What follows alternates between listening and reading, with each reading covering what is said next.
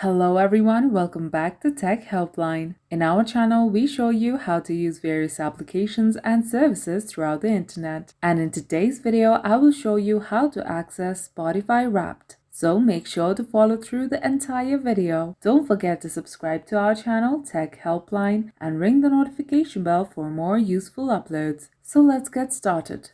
Every year, Spotify releases Spotify Wrapped, personalized to each user. To access it, you must update the app first. So go to the Playstore or the Appstore on your device.